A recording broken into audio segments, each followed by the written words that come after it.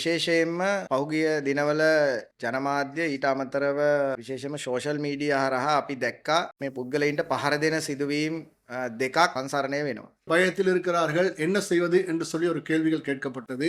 இது சம்பந்தமாக நாங்கள் முதலாவது சம்பவத்தில் 4 குற்றவாளிகளை கைது செய்து நாங்கள் நீதிமன்றத்தில் முற்படுத்தி இருக்கின்றோம்.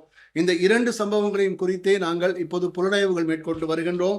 உரிய சாட்சிகளை எடுத்து நாங்கள் மீதியான சந்தேக நபர்களை கைது செய்து நீதிமன்றத்துக்கு முற்படுத்துவதற்குரிய நடவடிக்கைகள் மேற்கொண்டிருக்கணும். அதற்குரிய ஆலோசனை இன்ஸ்ட்ரக்ஷன் என்னால் என்னுடைய உயர் அதிகாரிகளுக்கும் போலீஸ் பணிமனை பொறுப்பாளருக்கும் வழங்கப்பட்டிருக்கின்றது என்பதை நான் உங்களுக்கு தெரிவித்துக் கொள்கின்றேன். அது மாத்திரமல்ல, அவர்களை பிடித்து குற்றவியல் சட்டக்கோவை 81, அதாவது 81 செக்ஷன், குற்றவியல் சட்டக்கோவை 81 பிரிவின் கீழ் அவர்களை இனிவரும் காலங்களில் அப்படி செய்யக்கூடாது என்பதற்காக ஒரு கட்டுக்கோப்பான சட்டத்தை நாங்கள் பதிவு செய்து நீதிமன்றத்திலிருந்து அவர்களுக்கு எதிராக ஒரு ஆணையை நாங்கள் பெற்று வருகிறோம். அவர்கள் இனி இப்படி குற்றங்கள் செய்தால் அதிகமான தண்டனைக்கு உட்படுத்துவார்கள் என்ற ஒரு ஆணையோடு கூட நாங்கள் 81வது சட்டம், குற்றவியல் சட்டக்கோவை 81வது பிரிவின் கீழ் நாங்கள் செய்து வருகிறோம். මනින් අත්තරංගොට අරගෙන කට අවශ්‍ය ක්‍රියාමාර්ග ගන්න.